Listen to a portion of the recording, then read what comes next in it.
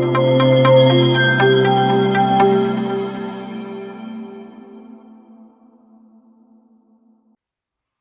everyone, I'm Smriti Sinha here and welcome back to our channel Science Zone. Today you follow, tomorrow we lead. And if you are new to this channel, please hit the subscribe button given below. And if you have missed our previous videos, you can click on the I button given above. And the topic that we are going to study today is modern periodic table. This is topic number 7 from Maharashtra State Board syllabus standard 11th. इस topic में से ये following सब topics हमें cover करने हैं, जिनमें से हमने introduction, structure of modern periodic table and electronic configuration, block wise characteristic of element, ये टॉपिक्स हमने ऑलरेडी कवर कर लिए हैं. जो बचा टॉपिक ये periodic trends in elemental properties, इस टॉपिक के कुछ पार्ट हमने पिछले वीडियो में कवर किए हैं, कुछ आज और कुछ आने वाले वीडियो में कवर करेंगे. तो आज जो हम देखने वाले हैं वो है periodic trends in physical properties. तो फिजिकल प्रॉपर्टीज में अलोंग द पीरियड या फिर अलोंग द ग्रुप क्या पर्टिकुलर ट्रेंड दिखता है वो आज हम देखेंगे. तो हम शुरू करते हैं एटॉमिक रेडियस से. एटॉमिक रेडियस मतलब क्या? अब देखो, एटॉमिक रेडियस मतलब एक एटम, ठीक है, उसका जो ये रेडियस है उसे कहते हैं एटॉमिक रेडियस. एटम का रेडियस. अब ये एटम का रेडियस हम किधर सेंटर लेंगे और किधर आउटर पार्ट. तो अब देखो, कोई भी atom actually extra nuclear part से बना होता है. जो एक्स्ट्रा न्यूक्लियर पार्ट होता है वो एक्चुअली इलेक्ट्रॉन क्लाउड होता है, और इलेक्ट्रॉन क्लाउड का कोई बाउंड्री नहीं होता. इसलिए कोई भी एटम का कोई एक तय बाउंड्री होता नहीं है. तो हम किधर सेंटर पकड़े, that is nucleus, but and कहां पकड़े वो पता नहीं है. इसलिए एटॉमिक रेडियस जो हमें नापना होता है वो इतना इजी नहीं है हर एटम के लिए. तो उसके लिए दो कंडीशन है, for non metals and for metals. For non metals except for the noble gases, हमें ऐसे नॉन मेटल्स लेने हैं, नोबल गैसेस नहीं. नोबल गैसेस क्यों नहीं? क्योंकि उनके जो लास्ट ऑर्बिटल वो फिल्ड है.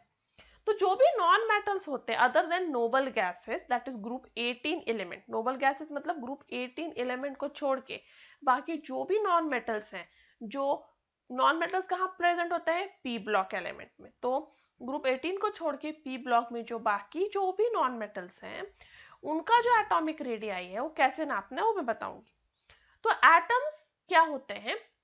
एटम्स जो एलिमेंट के होते हैं वो एक दूसरे को बॉन्ड होते हैं बाय कोवैलेंट बॉन्ड. तो ये एक सपोज क्लोरीन है, ये दूसरा क्लोरीन है, दोनों एक दूसरे को कैसे जुड़े होंगे? Via covalent bond. अब जो बॉन्ड लेंथ होता है ऑफ दिस सिंगल बॉन्ड, ये जो बॉन्ड लेंथ है इस सिंगल बॉन्ड का, वो एक्चुअली पहले एटम का रेडियस और दूसरे एटम के रेडियस को जुड़ के बना होता है. तो जो बॉन्ड लेंथ है वो actually sum of the two bonded atom का रेडियस है. तो बॉन्ड लेंथ एक्चुअली क्या है? दो एटम के बीच में दोनों एटम के रेडियस का सम है, और इसलिए इसे कोवैलेंट रेडियस भी कहा जाता है. तो कोवैलेंट रेडियस के हेल्प से हम लोग atomic radius for non metal पता लगा सकते हैं. फॉर एग्जाम्पल, हमें कार्बन का अभी बॉन्ड लेंथ पता लगाना है. फॉर एग्जाम्पल, तो दो कार्बन के बीच का बॉन्ड लेंथ हमें पता लगाना होगा पहले. तो हमने दो कार्बन के बीच का बॉन्ड लेंथ इन डायमंड पता लगा लिया 154 पिकोमीटर. तो उसका एटॉमिक रेडियस कितना हुआ? 154 डिवाइड बाय 2, क्योंकि एक कार्बन का रेडियस दूसरे कार्बन का रेडियस ऐड होके वो बॉन्ड लेंथ बना है, इसलिए 154 डिवाइड बाय 2 वो हो गया 77 पिकोमीटर. तो कार्बन का बॉन्ड लेंथ इन डायमंड कितना हुआ? 77 picometer. That is radius of carbon in diamond. अब बॉन्ड लेंथ ऑफ क्लोरीन, तो ये है आपका क्लोरीन. एक क्लोरीन एटम दूसरे क्लोरीन एटम को बॉन्डेड है और ये उनका बॉन्ड लेंथ है, दैट इज 198 पिकोमीटर। अब मुझे रेडियस पता लगाना है। तो एक एटम का रेडियस दूसरे एटम के रेडियस को ऐड होके बॉन्ड लेंथ हुआ है, इसलिए atomic radius of chlorine is equal to 198 divide by 2, that is 99 picometer. तो ये हो गया फॉर नॉन मेटल।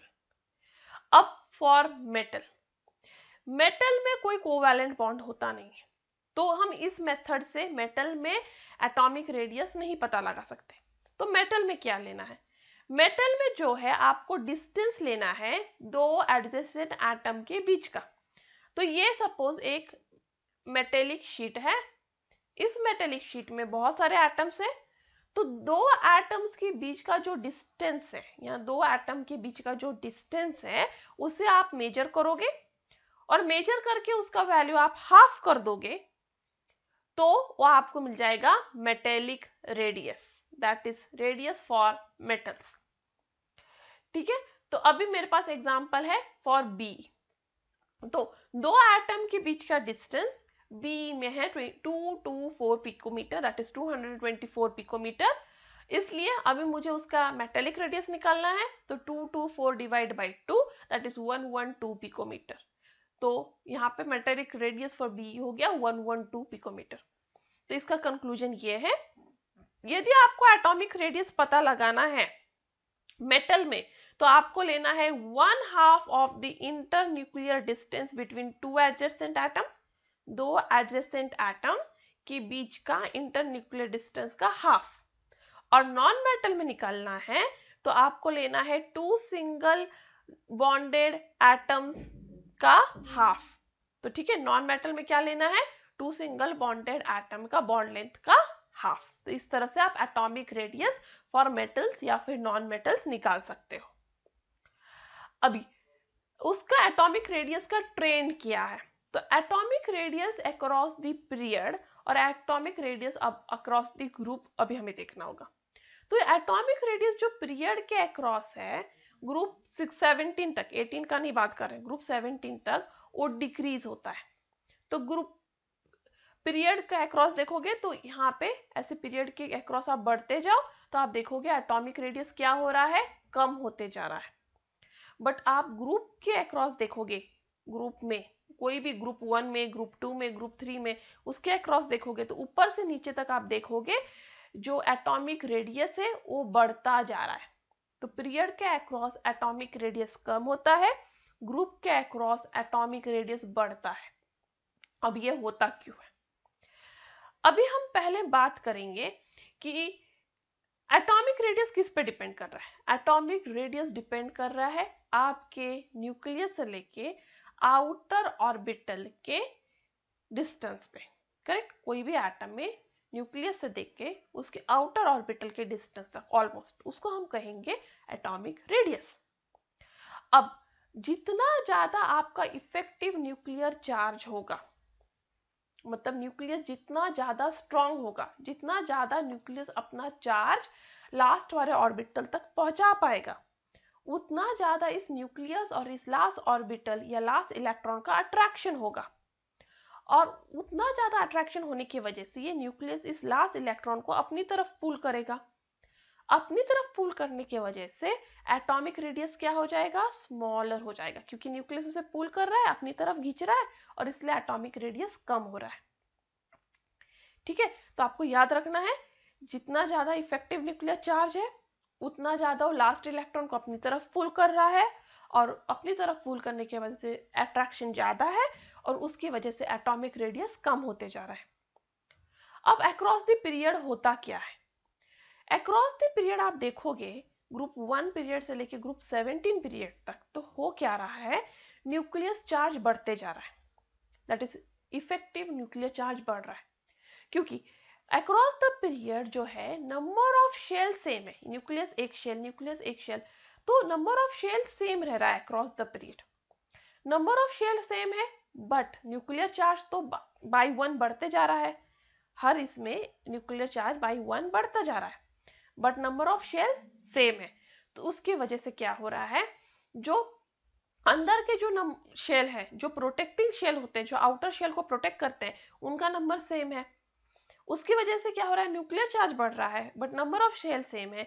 उसकी वजह से इफेक्टिव न्यूक्लियर चार्ज बढ़ रहा है, क्योंकि इलेक्ट्रॉन तो उसी शेल में ऐड हो रहा है। इलेक्ट्रॉन भले ही बढ़ रहा है, पर उसी शेल में ऐड होने की वजह से उतना ज्यादा वो प्रोटेक्टेड नहीं हो पा रहा, और जो इफेक्टिव न्यूक्लियर चार्ज है वो बढ़ने की वजह से आउटर इलेक्ट्रॉन को अपनी तरफ ज्यादा पुल कर रहा है।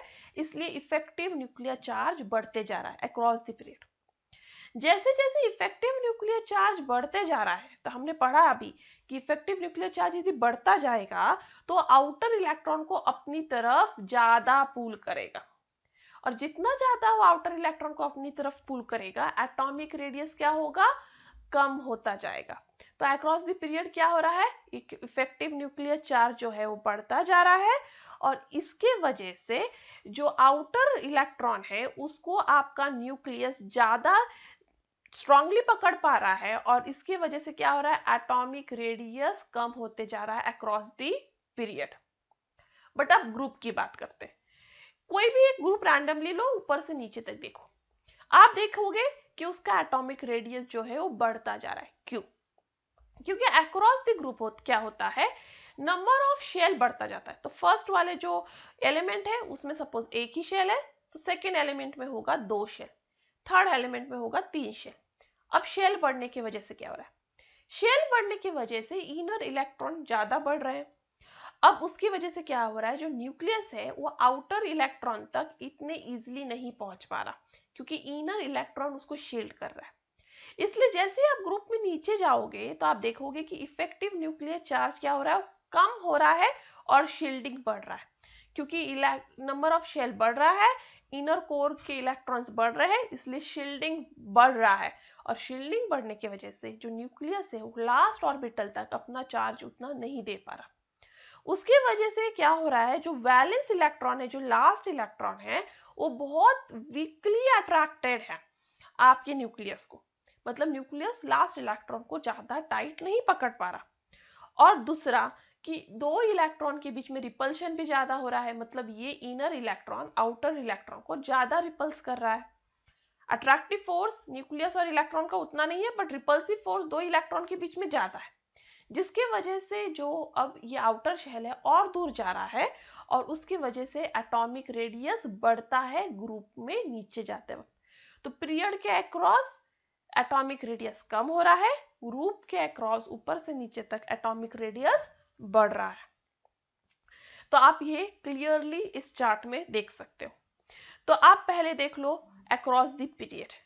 तो अक्रॉस द पीरियड जो है लिथियम, सोडियम, पोटेशियम, अब देखोगे यहाँ पे क्या हो रहा है, अक्रॉस द पीरियड जो आपका ये है अक्रॉस द ग्रुप आपका एटॉमिक रेडियस क्या हो रहा है, बढ़ रहा है, क्योंकि यहाँ पे शील्डिंग बढ़ रहा है और इलेक्ट्रॉन रिपल्शन बढ़ रहा है, इसलिए आउटर शेल न्यूक्लियस से दूर जा रहा है, और इसलिए एटॉमिक रेडियस बढ़ रहा है। बट अक्रॉस द पीरियड देखिए, लिथियम, बेरिलियम, बोरॉन क्या हो रहा है, एटॉमिक रेडियस घट रहा है, क्योंकि यहाँ पे क्या हो रहा है, आपका इफेक्टिव न्यूक्लियस चार्ज बढ़ रहा है, मतलब न्यूक्लियस और आउटर इलेक्ट्रॉन के बीच में अट्रैक्शन बढ़ रहा है, और अट्रैक्शन बढ़ने की वजह से आउटर ऑर्बिटल न्यूक्लियस के और करीब आ रहा है, जिससे उसका एटॉमिक रेडियस घट रहा है। अब हम बात करते हैं आयोनिक रेडियस की। अब आयोनिक रेडियस ये टर्म आया कहां से, तो आपको याद रखना है कि दो टाइप ऑफ आयन होते हैं। एक होता है कैटायन जो एक्चुअली होता है पॉजिटिव आयन, एक होता है एनायन जो होता है नेगेटिव आयन। कैटायन बनता है by loss of electron, electron lose हो जाते हैं इसलिए वो कैटायन बनता है। एनायन बनता है बाय गेन ऑफ इलेक्ट्रॉन, कोई भी एटम, न्यूट्रल एटम यदि इलेक्ट्रॉन ले लेगा तो एक्स्ट्रा इलेक्ट्रॉन हो जाएगा, इसलिए वो एनायन बन जाएगा। कोई भी न्यूट्रल एटम इलेक्ट्रॉन लॉस कर लेगा तो न्यूक्लियस में प्रोटॉन का नंबर बढ़ जाएगा, इसलिए वो कैटायन बन जाएगा। और ये कैटायन और एनायन के रेडियस को कहते हैं आयोनिक रेडियस। आयोनिक रेडियस बहुत हद तक सिमिलर है आपके एटॉमिक रेडियस के, बट अब आपको याद रखना है जो कैटायन होता है वो एक्चुअली स्मॉलर होता है आपके नॉर्मल एटम से। ऐसा क्यों होता है? क्योंकि कैटायन में क्या हो रहा है, इलेक्ट्रॉन लॉस हो रहा है। इलेक्ट्रॉन लॉस होने की वजह से जो पॉजिटिव चार्ज है न्यूक्लियस का वो बढ़ रहा है। पॉजिटिव चार्ज अभी बढ़ रहा है, उसकी वजह से क्या हो रहा है, बढ़ रहा है मतलब क्या होता है, देखो दो एटम है सपोज, एक ए प्लस। ए तो न्यूट्रल है, ए प्लस बना है बाय लॉस ऑफ इलेक्ट्रॉन। तो इसमें जो न्यूक्लियस चार्ज है, सपोज इसमें न्यूक्लियस चार्ज Z है, तो इसका भी न्यूक्लियस चार्ज Z ही रहेगा, बट इसका इलेक्ट्रॉन काउंट अब क्या हो गया है, कम हो गया है। इलेक्ट्रॉन काउंट कम होने की वजह से क्या होता है, शील्डिंग कम हो जाता है, क्योंकि शील्डिंग कौन करता है, इलेक्ट्रॉन। शील्डिंग कम होने की वजह से न्यूक्लियस अपने आउटर इलेक्ट्रॉन पे ज्यादा हावी हो जाता है, जिसकी वजह से वो आउटर इलेक्ट्रॉन को और अपनी तरफ खींचता है, जिससे क्या होता है, आपका कैटायन का साइज छोटा हो जाता है। इसलिए कैटायन नॉर्मल एटम से छोटा होता है, क्योंकि उसका इफेक्टिव न्यूक्लियर चार्ज उसके आउटर इलेक्ट्रॉन पे अब ज्यादा हावी है। बट अब एनायन की बात करें, तो एनायन जो है वो एक्चुअली लार्जर होता है आपके नॉर्मल एटम से। क्यों? अब कोई एक एटम है बी और एक एटम है बी माइनस। एनायन कैसे बना, बाय गेन ऑफ इलेक्ट्रॉन। अब इफेक्टिव न्यूक्लियर चार्ज दोनों में सेम है, बट बी में क्या है, अब एक एक्स्ट्रा इलेक्ट्रॉन। अब ये जो एक्स्ट्रा इलेक्ट्रॉन है वो एक्चुअली क्या कर रहा है, वो एक्स्ट्रा इलेक्ट्रॉन रिपल्शन इंक्रीज कर रहा है, इलेक्ट्रॉन इलेक्ट्रॉन रिपल्शन इंक्रीज कर रहा है। इलेक्ट्रॉन इलेक्ट्रॉन रिपल्शन इंक्रीज होने की वजह से दो इलेक्ट्रॉन एक दूसरे को दूर पुश करेंगे, बट इफेक्टिव न्यूक्लियर चार्ज तो सेम है, पहले केस में भी दूसरे केस में, इसलिए इफेक्टिव न्यूक्लियर चार्ज ज्यादा अफेक्ट नहीं करेगा, बट रिपल्शन इंक्रीज हो जाएगा, जिससे शील्डिंग इंक्रीज हो जाएगा, और जिसकी वजह से जो न्यूक्लियस है वो अपने लास्ट इलेक्ट्रॉन तक उतनी अच्छी तरह नहीं पहुंच पाएगा, और लास्ट इलेक्ट्रॉन और भी दूर जाएगा न्यूक्लियस से, जिससे उसका एटॉमिक रेडियस आयोनिक रेडियस बढ़ जाएगा। तो आपको याद रखना है, कैटायन में आयोनिक रेडियस कम होता है उसके नॉर्मल एटम से, और एनायन में आयोनिक रेडियस ज्यादा होता है उसके नॉर्मल एटम से। बट अब कुछ एटम्स और आयंस ऐसे होते हैं जिनमें सेम नंबर ऑफ इलेक्ट्रॉन्स होते हैं, और उसे कहते हैं आइसो इलेक्ट्रॉनिक स्पीशीज। तो कुछ एटम्स और आयंस ऐसे हैं जिनमें इलेक्ट्रॉन काउंट सेम है, और उसे आइसो इलेक्ट्रॉनिक स्पीशीज कहते हैं। बट आपको याद रखना होगा, भले ही उसमें इलेक्ट्रॉन नंबर सेम है, वो आइसो इलेक्ट्रॉनिक है, बट उनका न्यूक्लियर चार्ज सेम नहीं होता। आइसो इलेक्ट्रॉनिक स्पीशीज का nuclear charge, that is your effective nuclear charge, same नहीं है। इफेक्टिव न्यूक्लियर चार्ज सेम नहीं होने की वजह से उनके आयोनिक रेडियाई में भी बहुत डिफरेंस होता है। ठीक है, तो आपको याद रखना है, जिसका सबसे ज्यादा न्यूक्लियर चार्ज होता है वो ज्यादा अट्रैक्शन दिखाएगा इलेक्ट्रॉन की तरफ, इलेक्ट्रॉन की तरफ ज्यादा अट्रैक्शन दिखाने की वजह से वो और खींचा जाएगा वो शेल न्यूक्लियस की तरफ, और उसका रेडियस कम हो जाएगा। तो दो आइसो इलेक्ट्रॉनिक स्पीशीज में जिसका न्यूक्लियर चार्ज ज्यादा है उसका रेडियस छोटा है। तो यहाँ एक एग्जांपल है F माइनस और Na+, जिसमें दोनों के इलेक्ट्रॉन काउंट 10 है। F माइनस में भी 10 इलेक्ट्रॉन होते हैं, Na+ में भी 10 इलेक्ट्रॉन होते हैं, बट दोनों के आयोनिक रेडियस में डिफरेंस है। F माइनस के आयोनिक रेडियाई है 133 pm, वायरस Na+ का आयोनिक रेडियाई है 98 pm। ऐसा क्यों है? क्योंकि nuclear charge of F minus जो है वो +9 है, और न्यूक्लियर चार्ज ऑफ Na+ है +11। तो किसका न्यूक्लियर चार्ज ज्यादा है? Na+ का। और जिसका न्यूक्लियर चार्ज ज्यादा होता है वो लास्ट इलेक्ट्रॉन को ज्यादा हावी होता है, जिसके वजह से वो शेल उसकी न्यूक्लियस की तरफ खींचा जाता है, और उसके वजह से उसका आयोनिक रेडियाई कम हो जाता है। इसलिए Na+ का न्यूक्लियर चार्ज ज्यादा है F माइनस से, इसलिए उसका आयोनिक रेडियाई कम है। अब इसी पे बेस्ड एक क्वेश्चन है, identify the species having larger radius from the following pairs. पहला है Na एंड Na+। तो Na और Na+ में आप देखोगे तो एक्चुअली दोनों में क्या है, Na+ में जो है इलेक्ट्रॉन कम है Na से, इसलिए तो Na+ बना एक इलेक्ट्रॉन लूज करके। इलेक्ट्रॉन कम होने की वजह से Na+ में Na से इलेक्ट्रॉन कम होने की वजह से शील्डिंग कम होगा, और शील्डिंग कम होगा उसकी वजह से क्या होगा, Na+ का जो न्यूक्लियस है that is effective nuclear charge, वो लास्ट इलेक्ट्रॉन पे ज्यादा हावी होगा और Na+ का रेडियस स्मॉल होगा, बट Na का रेडियस क्या होगा, लार्ज। नेक्स्ट है Na+ एंड Mg2+।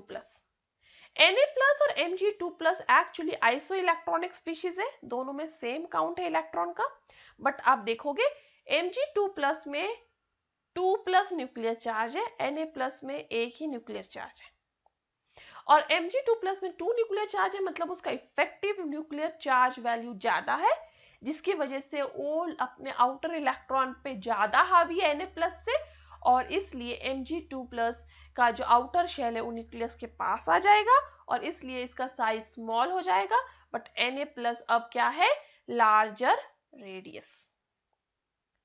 नेक्स्ट है आयोनाइजेशन एंथैल्पी। अब आयोनाइजेशन एंथैल्पी होता क्या है, देखो आपके पास एक न्यूट्रल एटम है, न्यूट्रल एटम से यदि आप एक इलेक्ट्रॉन निकाल दो तो बन जाता है कैटायन। तो रिमूवल ऑफ न्यूट्रल एटम से electron results to formation of cation. अब ये इलेक्ट्रॉन निकालना क्या इतना इजी है, नहीं, उसके लिए आपको कोई एनर्जी प्रोवाइड करनी पड़ती है, वो एनर्जी उसे X+ में कन्वर्ट करता है।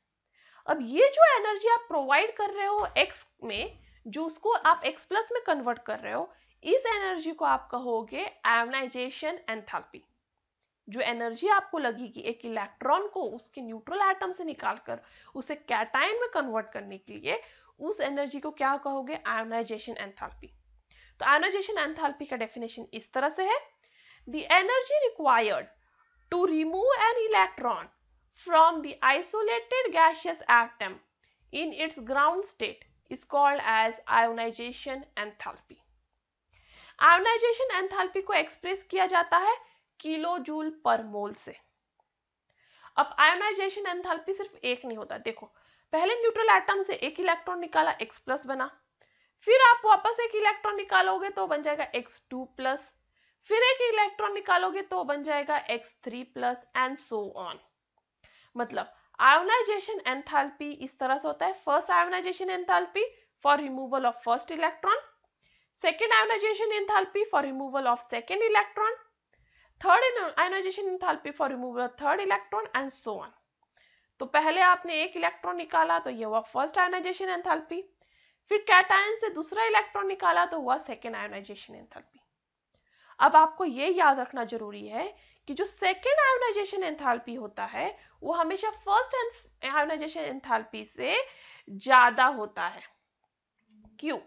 क्योंकि सेकेंड आयोनाइजेशन एंथैल्पी के लिए आपको एक इलेक्ट्रॉन निकालना होता है पॉजिटिव आयन से, जो डिफिकल्ट है, इसलिए ज्यादा एनर्जी प्रोवाइड करनी पड़ती है।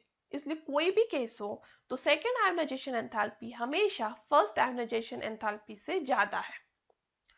तो आप यहां देख सकते हो आयोनाइजेशन एंथैल्पी का एक चार्ट, इसको मैं लेटर ऑन एक्सप्लेन करूंगी, बट उसके पहले हम ये देखेंगे, जैसे ही हम ग्रुप में मूव करेंगे, ठीक है, जैसे हम ग्रुप में मूव करेंगे ऊपर से नीचे तक, हम देखेंगे फर्स्ट आयोनाइजेशन एंथैल्पी क्या हो रहा है, डिक्रीज हो रहा है। अब ये क्यों हो रहा है, फर्स्ट आयोनाइजेशन एंथैल्पी डिक्रीज हो रहा है, इसका मतलब एनर्जी जो इलेक्ट्रॉन रिमूव करने के लिए लग रहा है वो डिक्रीज हो रहा है। ग्रुप में यदि मैं ऊपर से नीचे मूव कर रही हूं तो मैं क्या देख रही हूं, मुझे एनर्जी कम से कम प्रोवाइड करते जाना पड़ रहा है फर्स्ट इलेक्ट्रॉन निकालने के लिए। ऐसा क्यों हो रहा है, क्योंकि जैसे ही आप ग्रुप में मूव करते हो तो हर ग्रुप में एलिमेंट में शेल ऐड होता जाता है, तो ये न्यूक्लियस फिर दूसरा शेल, पहले इसमें एक ही शेल है, सेकेंड एलिमेंट में 2 शेल है, थर्ड एलिमेंट में 3 शेल है एंड सो ऑन। तो ग्रुप में ऊपर से नीचे मूव करोगे तो क्या हो रहा है, शेल ऐड होते जा रहा है, शेल ऐड होते जा रहा है, उसकी वजह से क्या हो रहा है, अंदर की इलेक्ट्रॉन काउंट बढ़ते जा रहे हैं, करेक्ट, शेल ज्यादा है तो इलेक्ट्रॉन काउंट भी ज्यादा है, इलेक्ट्रॉन काउंट ज्यादा है मतलब कोर इलेक्ट्रॉन बढ़ रहा है, कोर इलेक्ट्रॉन बढ़ने की वजह से जो आपका न्यूक्लियस है, ठीक है, जो आपका बीच का न्यूक्लियस होता है, यहाँ पे इलेक्ट्रॉन काउंट बढ़ने की वजह से वो न्यूक्लियस लास्ट इलेक्ट्रॉन तक इजिली नहीं पहुंच पाता, क्योंकि इन अंदर की इलेक्ट्रॉन उसे प्रोटेक्ट करने लगते हैं, उसको शील्ड करने लगते हैं, और उसकी वजह से जो न्यूक्लियस है वो लास्ट इलेक्ट्रॉन को टाइटली पकड़ के नहीं रखता, जिससे आपको आउटर इलेक्ट्रॉन निकालना बहुत ही इजी हो जाता है, क्योंकि न्यूक्लियस से ज्यादा टाइटली बाउंडेड नहीं है, इलेक्ट्रॉन इलेक्ट्रॉन रिपल्शन भी है, इसलिए आप इजिली इस लास्ट इलेक्ट्रॉन को यहां से बाहर निकाल सकते हो, और इसलिए आप ग्रुप में जब नीचे मूव करते हो आयोनाइजेशन एंथैल्पी बढ़ता जाता है, सॉरी कम होता जाता है, फर्स्ट आयोनाइजेशन एंथैल्पी कम होता जाता है। बट अब आप पीरियड के अक्रॉस देखो, पीरियड के अक्रॉस देखोगे तो आयोनाइजेशन एंथैल्पी अब बढ़ता जा रहा है। ग्रुप के अक्रॉस आयोनाइजेशन एंथैल्पी क्या हो रहा था, घट रहा था, कम होते जा रहा था, क्योंकि एनर्जी लास्ट इलेक्ट्रॉन निकालने के लिए कम हो रही थी। बट अक्रॉस द पीरियड आप देखोगे तो आपका आयोनाइजेशन एंथैल्पी क्या हो रहा है, बढ़ता जा रहा है, क्योंकि अक्रॉस द पीरियड आपको पता है इफेक्टिव न्यूक्लियर चार्ज बढ़ता है, इफेक्टिव न्यूक्लियर चार्ज बढ़ने की वजह से वो लास्ट इलेक्ट्रॉन को ज्यादा टाइटली अपने आप से पकड़ के रखता है, जिससे आपको ज्यादा एनर्जी प्रोवाइड करनी पड़ती है उस लास्ट इलेक्ट्रॉन को निकालने के लिए, और इसलिए अक्रॉस द पीरियड आपका आयोनाइजेशन एंथैल्पी क्या हो रहा है, बढ़ रहा है। अब अल्कली मेटल की बात करें तो उसमें लोएस्ट फर्स्ट आयोनाइजेशन एंथैल्पी होता है, बट इनर्ट गैसेस में highest first ionization enthalpy across the period.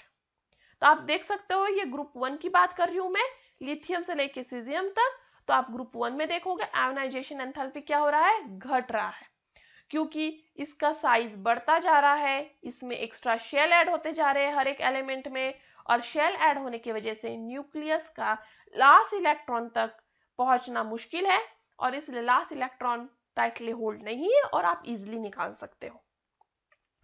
But across the period आप देखोगे, across the period ionisation enthalpy क्या हो रहा है, बढ़ रहा है, क्योंकि across the period ionisation enthalpy बढ़ रहा है, क्योंकि इफेक्टिव न्यूक्लियर चार्ज बढ़ रहा है, वो लास्ट इलेक्ट्रॉन को स्ट्रांगली पकड़ के रख रहा है, जिससे आपको लास्ट इलेक्ट्रॉन निकालने के लिए ज्यादा एनर्जी प्रोवाइड करनी पड़ रही है, और इसलिए आपका आयोनाइजेशन एंथैल्पी बढ़ रहा है। बट यहाँ पे एक एक्सेप्शन है। क्या एक्सेप्शन है, यदि आप इस चार्ट को देखो तो आप पाओगे बेरिलियम और बोरॉन में बेरिलियम का जो आयोनाइजेशन एंथैल्पी वो कम होना चाहिए था बोरॉन से, क्योंकि अक्रॉस द पीरियड बढ़ता है, बट यहाँ उल्टा है, या बेरिलियम का आयोनाइजेशन एंथैल्पी ज्यादा है और बोरॉन का कम है, जो ये वैल्यू इंटरचेंज होने चाहिए थे, बट ऐसा नहीं है। क्यों? अब इसका रीजन ये है, क्योंकि जो फर्स्ट आयोनाइजेशन एंथैल्पी है बोरॉन का वो स्मॉलर है बेरिलियम से। ये क्यों है? क्योंकि बेरिलियम लूज करता है electron from 2s orbital. Beryllium कहां से इलेक्ट्रॉन लूज कर रहा है? 2s ऑर्बिटल से। तो ये आपका न्यूक्लियस है, न्यूक्लियस के बाद 1s है और फिर 2s से बेरिलियम इलेक्ट्रॉन लूज कर रहा है। बट अब बात करें बोरॉन की, बोरॉन इलेक्ट्रॉन लूज कर रहा है अपना 2p ऑर्बिटल से। तो ये आपका न्यूक्लियस है, ठीक है, तो ये आपका न्यूक्लियस है, फिर 1s है, फिर 2s है, फिर 2p है। तो बोरॉन कहां से इलेक्ट्रॉन लूज कर रहा है? 2p से। तो बेरिलियम कर रहा है 2s से, बोरॉन कर रहा है 2p से। तो 2s करीब है न्यूक्लियस के कि 2p? तो 2s न्यूक्लियस के ज्यादा करीब है। अब 2s न्यूक्लियस के ज्यादा करीब होने की वजह से जो ये वाला बेरिलियम का इलेक्ट्रॉन है वो न्यूक्लियस से ज्यादा टाइटली बॉन्ड है एज कंपेयर टू बोरॉन। इसलिए आपको बेरिलियम के इलेक्ट्रॉन को बाहर निकालने के लिए ज्यादा एनर्जी प्रोवाइड करनी होगी, बट बोरॉन के इलेक्ट्रॉन को बाहर निकालने के लिए कम एनर्जी प्रोवाइड करनी होगी, क्योंकि वो न्यूक्लियस से दूर है। और इसके वजह से जो है बेरिलियम का आयोनाइजेशन एंथैल्पी ज्यादा है एज कंपेयर टू बोरॉन, ठीक है। सिमिलरली आपको दिखेगा ऑक्सीजन और नाइट्रोजन के लिए। तो नाइट्रोजन पहले आता है, फिर ऑक्सीजन, इसलिए नाइट्रोजन का जो ऑक्सीजन का आयोनाइजेशन एंथैल्पी है वो ज्यादा होना चाहिए था नाइट्रोजन से, बट इसका एग्जैक्टली अपोजिट दिखता है।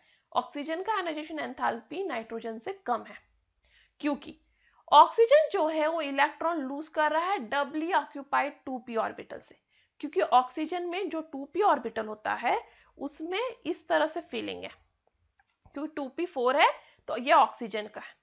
और नाइट्रोजन का इलेक्ट्रॉनिक कॉन्फ़िगरेशन देखो तो उसमें सिंगली ऑक्यूपाइड इलेक्ट्रॉन्स है।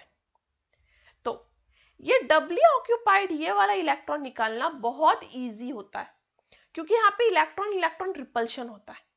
इसलिए इस इलेक्ट्रॉन इलेक्ट्रॉन रिपल्शन की वजह से ऑक्सीजन अपना इलेक्ट्रॉन बहुत इजीली लूज कर देता है, जिसकी वजह से उसका आयोनाइजेशन एंथैल्पी कम हो जाता है। बट नाइट्रोजन केस में वो सिंगली ऑक्यूपाइड इलेक्ट्रॉन की वजह से वो अपना इलेक्ट्रॉन इजीली लूज नहीं करता, जिसकी वजह से उसका आयोनाइजेशन एंथैल्पी बढ़ जाता है। इसी पे बेस्ड एक क्वेश्चन है, first ionization enthalpy value for silicon, phosphorus and chlorine is given as 780, 1000 and 60, 1255 kilo joule. अब आपको सल्फर का आयोनाइजेशन एंथैल्पी बताना है कि वो 1000 रहेगा कि 1200 रहेगा।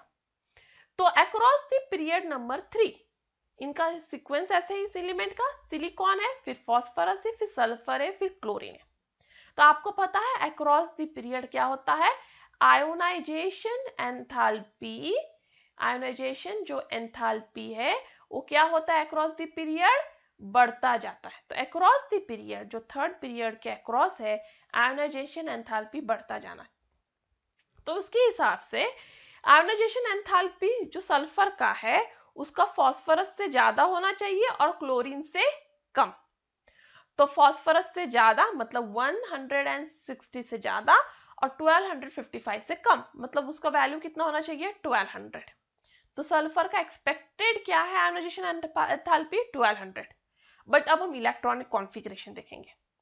तो सिलिकॉन का इलेक्ट्रॉनिक कॉन्फ़िगरेशन है 3s2 3p2, फास्फोरस का है 3s2 3p3, सल्फर का है 3s2 3p4 एंड क्लोरीन का है 3s2 3p5। अब फास्फोरस का आप यदि देखो तो वो सारे हैं सिंगली फिल्ड इलेक्ट्रॉन, और सल्फर का देखो तो उसमें देखोगे आप 3p4 मतलब एक इलेक्ट्रॉन जो है वो डबली फिल्ड है। करेक्ट। तो किसका इलेक्ट्रॉन निकालना ज्यादा इजी है, फास्फोरस का कि सल्फर का, सल्फर का, क्योंकि यहाँ पे इलेक्ट्रॉन इलेक्ट्रॉन रिपल्शन होगा, जिसके वजह से सल्फर का ये वाला इलेक्ट्रॉन निकालना बहुत इजी है एज कंपेयर टू फास्फोरस। इसलिए सल्फर का आयोनाइजेशन जो एंथैल्पी है अब वो क्या होना चाहिए, फास्फोरस के आयोनाइजेशन एंथैल्पी से कम होना चाहिए, इसलिए उसका वैल्यू 1060 से भी कम होना चाहिए। इसलिए सल्फर का एक्चुअल फर्स्ट आयोनाइजेशन एंथैल्पी कितना है 1000 किलो जूल और ना कि 1200। समझ गए, एक्सपेक्टेड क्या था 1200 बट एक्चुअल क्या है 1000, क्योंकि सल्फर में डबली फिल्ड इलेक्ट्रॉन है बट फास्फोरस में singly field. And that's all for today. Thank you. If you have any doubt, any comments, any suggestion, you are free to do that on askyourdoubt04@gmail.com. If you like my video, give me a thumbs up, share this video to more and more of your friends, and join our Telegram group by clicking on the link given in the description. And before we depart, never let the things you want make you forget the things you have. That's all for today. Thank you. Take